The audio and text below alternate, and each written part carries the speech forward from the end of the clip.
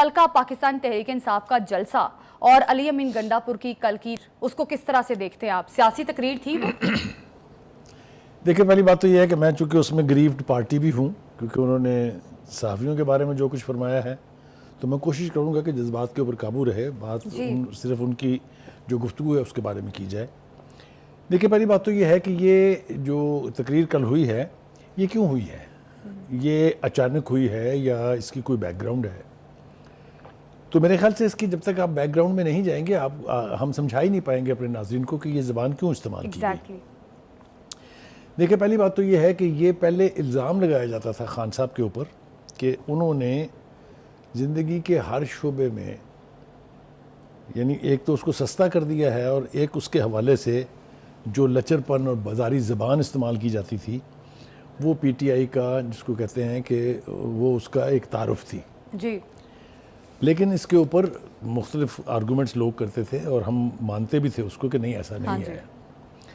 لیکن بہت سارے حوالے ایسے میں آپ کو دوں گا کہ چاہے وہ فیض الحسن چوہان ہوں جب وہ پارٹی میں تھے، چاہے وہ فواد چودھری ہوں، شیخ رشید ہوں، مراد سعید ہوں، یا شہریار آفریدی ہوں، ان سب کی زبان اگر آپ ریکال کر کے دیکھ لیں تو آپ کو سمجھ آ جائے گی کہ یہ اچانک کچھ بھی نہیں ہے، یہ ایک بالکل روایت چلی آ رہی ہے پی ٹی آئی کی۔ کیوں میں یہ کہہ رہا ہوں؟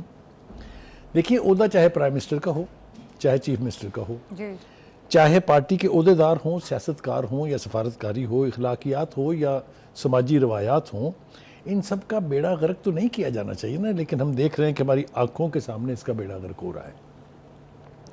کیوں ہو رہا ہے؟ کیونکہ ایک تاثر یہ ابھرا کہ پی ٹی آئی کا لیڈر ہو یا کارکن، بدتمیزی کا جتنا بڑا لیول ہوگا اس کو اتنا ہی بڑا عہدہ ملے گا۔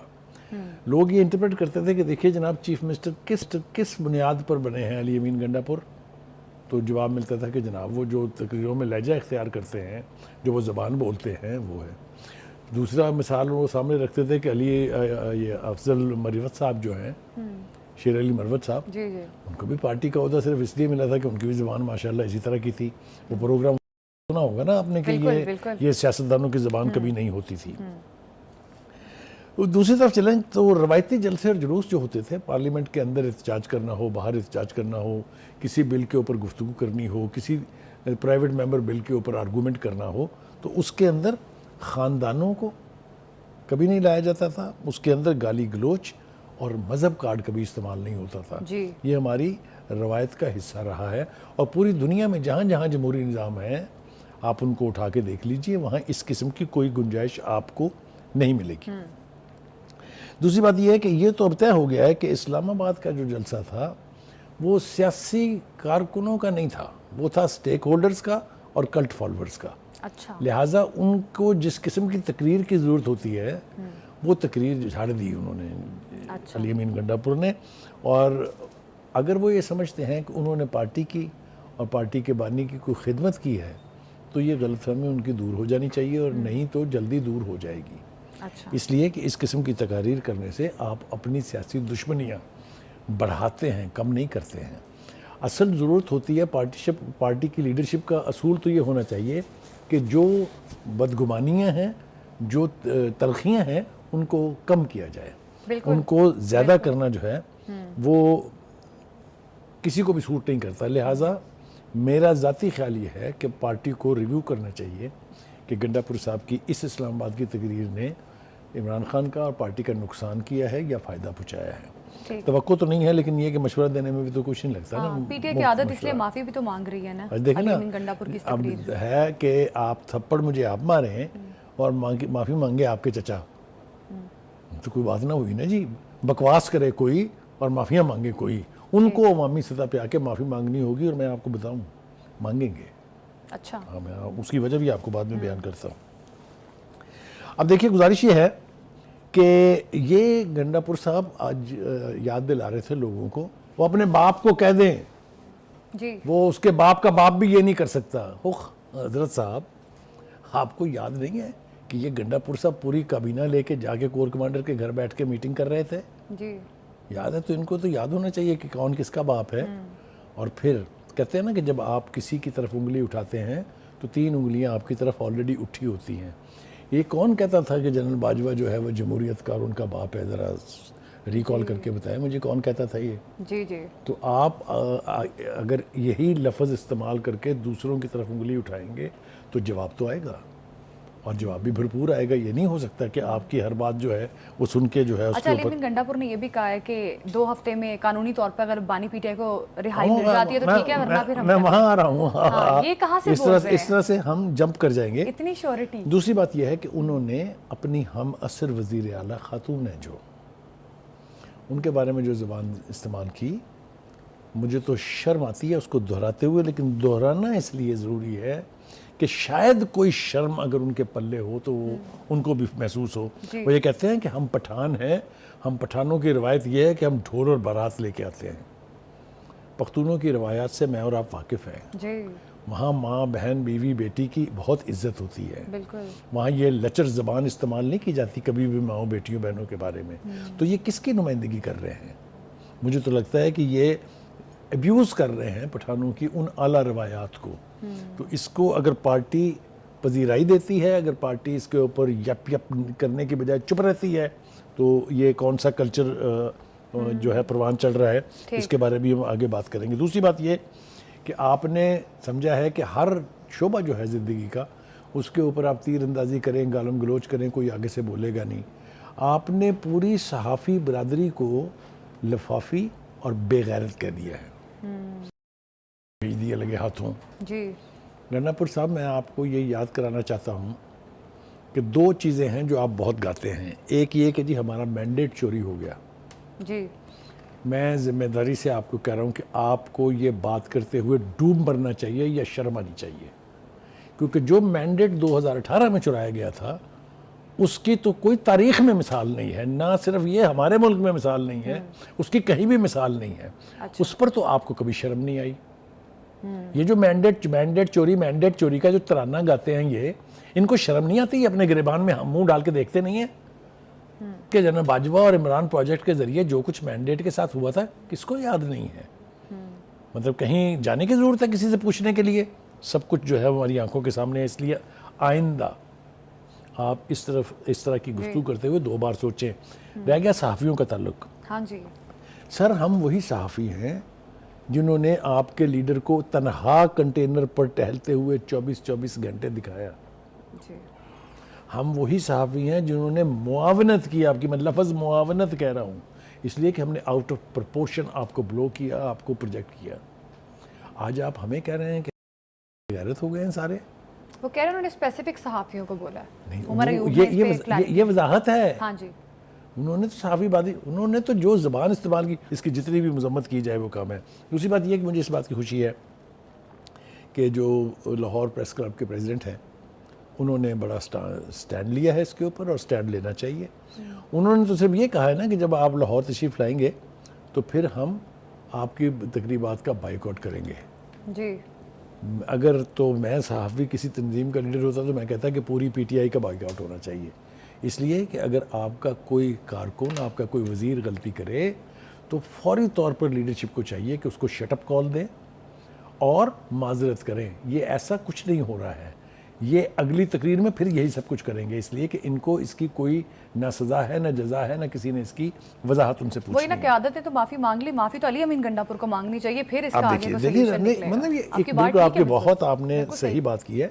فیئرنیس ڈیمانڈس کہ جس نے غلطی کی ہے وہ اس کا اظہار کرے کہ اس سے غلطی ہو گئی ہے. میں کہتا ہوں معافی نہ مانگے, معذرت تو کرنے میں کوئی عزت کم نہیں ہوتی نا. یہ بڑا پن ہے. سیاسی لیڈر غلطیاں کرتے ہیں لیکن ان کے بڑا پن یہ ہوتا ہے کہ وہ اپنی غلطی کا ادراک کر کے اور پھر اس پر معافی مانگے. بخاری صاحب, کیا اپوزیشن پارٹیز جب بھی احتجاج اگر ماضی میں بھی کرتی رہی ہیں تو کیا وہ اسی قسم کی اگریسو اسپیچ نہیں کرتی تھی؟ اگر اس طرح کی زبان استعمال ہوتی تو میں یہ لب و لہجہ اختیار نہیں کرتا. میں نے سیاست کو قریب سے دیکھا ہے. 55 سال بڑا لمبا عرصہ ہوتا ہے. اس بیچ میں درجن بھر حکومتیں بنی, ٹوٹی, پھر بنی, پھر ٹوٹی. اس میں ملٹری ایڈونچرزم ہوئے. یہ سب کچھ میں نے اپنی آنکھوں سے دیکھا ہوا ہے. آپ کو میں وہ کہتے ہیں نا کہ آپ کو مثال دینی پڑتی ہے. بالکل دینی پڑتی. 2 حوالے میں آپ کو دے دوں. ایک نواز شریف صاحب کا حوالہ ہے, وہ آج بھی عمران خان صاحب کہتے ہیں یہ آپ بھی جانتے ہیں, میں بھی جانتا ہوں. بالکل بدترین جب انہوں نے استعمال کرنا ہو نا لہجہ, تو شہباز شریف صاحب ان کو کہتے ہیں عمران خان نیازی.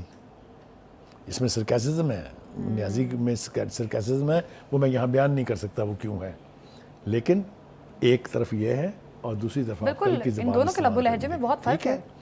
دوسری بات یہ ہے کہ مذہب کے اعتبار سے اچھا دیکھیے, میں نے جیسا کہا کہ سیاست میں مذہب کارڈ نہیں استعمال کرنا چاہیے. بالکل جمہوری معاشرے میں اس کی گنجائش نہیں ہوتی. جب اس طرح کی تقریر ہوگی, جب اس طرح کا جلسہ ہوگا, تو لوگوں کو پھر سب کچھ یاد آ جاتا ہے کہ بانی پی ٹی آئی کیا کہتے رہے ہیں. اگر آپ شروع کر دیں بات والیے ریاست مدینہ ہونے سے, تو اس کے بعد انہوں نے کیا کیا دعوے کیے ہیں. اب آپ مجھے اس شخص کے بدحواس ہونے کی, میں نشئی نہیں کہوں گا, نشئی تو اس کو پریس کلب کے پریزیڈنٹ نے کہہ دیا ہے کہ وہ کل نشے میں تھے. اچھا میں آپ کو ایمانداری سے یہ بتاؤں کہ دینی جماعتوں کا خیر کام ہی ہوتا ہے کہ دین کو لے کے, مذہب کو لے کے وہ بات کریں, لیکن سیاسی جماعتوں کا رویہ یہ آپ کو کبھی نظر نہیں آئے گا. دیکھیے 2-3 حکومتیں بنتی تو بگڑتی تو آپ نے بھی دیکھی ہے نا. پی ٹی آئی کا دور بھی دیکھا ہے آپ نے, اس سے پہلے نواز شریف کا دور بھی دیکھا ہے, پیپلز پارٹی کا دور بھی دیکھا ہے, اور اب ہم یہ نیا پی ڈی ایم, اور پی ڈی ایم کے بعد اب یہ نون لیگ اور پیپلز پارٹی کے ہم دیکھ رہے ہیں نا. آپ مجھے بتائیے کبھی آپ نے اس طرح کی تقریر پہلے سنی ہے؟ This is a very honest question. بالکل بخاری صاحب غیر اخلاقی باتیں تو انہوں نے کی ہیں. اب یہ ہے کہ اس کے 2 ازالے ہیں. ایک تو یہ کہ ان کو شٹ اپ کال دی جائے, اور وہ اس کے نتیجے میں پھر اسی طرح جلسے میں نہ صحیح لیکن کسی پریس کانفرنس میں بیٹھ کے کہیں کہ جناب میں اپنے رویے پر شرمندہ ہوں, اور میں نے جو ان گارڈڈ گفتگو جذبات میں نکل گئی یا کراؤڈ کے شور میں نکل گئی, میں اس پہ معذرت کرتا ہوں. کوئی چھوٹا نہیں ہوتا اس سے. لیکن بخاری صاحب یہ تو ہوگی بعد والی بات کہ وہ معافی مانگتے ہیں یا نہیں مانگتے ہیں, لیکن جس قسم کی انہوں نے تقریر کی ہے وہ یقیناً معافی کے قابل نہیں ہے. اگر یہ بھی الفاظ کہے جائیں تو یہ میرا خیال ہے کم نہیں ہوں گے, لیکن جس طرح سے وہ کہہ رہے ہیں کہ لاہور میں آ کے جلسہ ہوگا, اجازت ملے یا نہ ملے, تو اب آپ کو کیا لگتا ہے اس تقریر کے بعد کیا ان کو لاہور میں جلسے کی اجازت ملے گی؟ پہلی بات تو یہ ہے کہ اصولی طور پر اگر آپ مجھ سے پوچھ رہے ہیں تو پھر تو نہیں ملنی چاہیے. نہیں ملنی چاہیے. اس لیے کیوں میں کہہ رہا ہوں یہ, جب پہلا جلسہ ملتوی ہوا اور دوسرے جلسے کے لیے اجازت مانگی گئی, تو کیٹیگوریکلی بیٹھ کے پی ٹی آئی کی لیڈرشپ اور وہاں کی انتظامیہ نے کچھ نارمز طے کیے تھے, کچھ اصول طے کیے تھے. اچھا اتنے بجے شروع ہوگا, اتنے بجے ختم ہو جائے گا, فلاں جگہ ہوگا, اور حکومت کے خلاف نعرہ بازی نہیں ہوگی, گندی زبان استعمال نہیں کی جائے گی. یہ سارے نارمز طے ہوئے تھے اور باقاعدہ پبلک کیے گئے تھے. ایک تو آپ نے اس سب کی وائلیشن کی ہے, لہٰذا ڈی سی نے جب 8 بج گئے تو پھر ایک نوٹیفیکیشن جاری کیا کہ آپ نے ان تمام باتوں کی وائلیشن کی ہے جو انڈرٹیکنگ آپ نے دی تھی. لہٰذا اگر آپ جلسہ ختم نہیں کرتے ہیں تو آپ کو آئندہ این او سی نہیں ملے گا. یہ کل انہوں نے کہہ دیا ہے.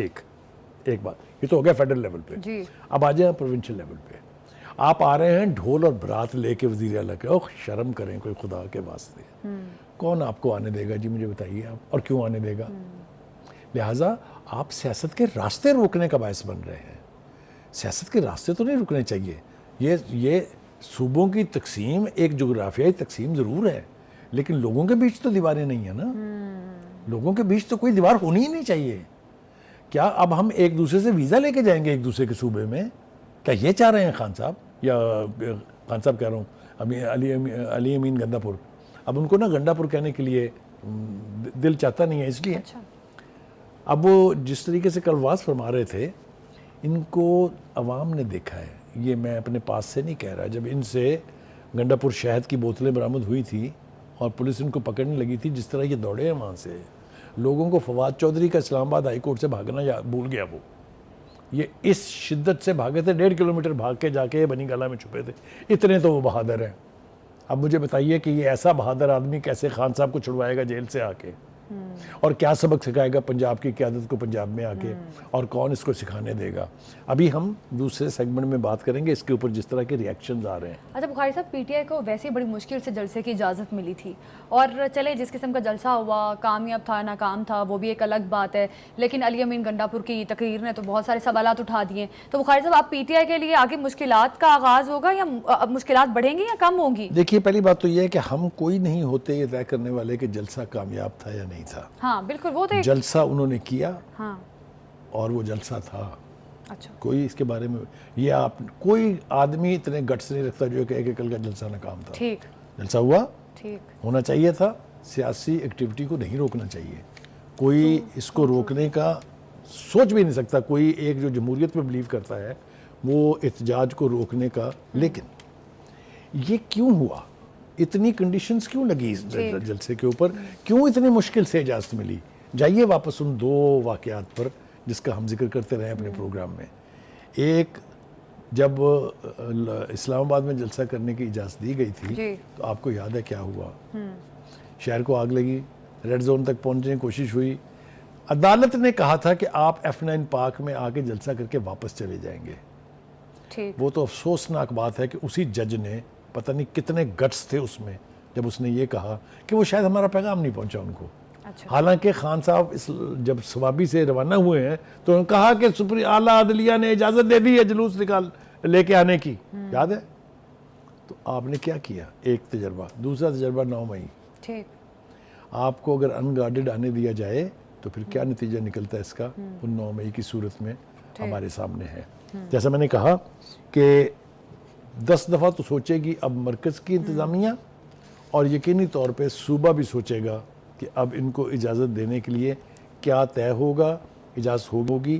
یہ سارا دار و مدار اب پی ٹی آئی کی لیڈرشپ پر ہے کہ وہ اس جلسے اور اس جلسے کی کارروائی کے اوپر کس طرح کے رد عمل کا اظہار کرتے ہیں. YouTube پر گوگلی نیوز دیکھنے کے لیے youtube.com کی سرچ بار میں googly news T V type کریں. گوگلی نیوز کے پیج پر سرخ رنگ کے سبسکرپشن والے بٹن پر کلک کرنا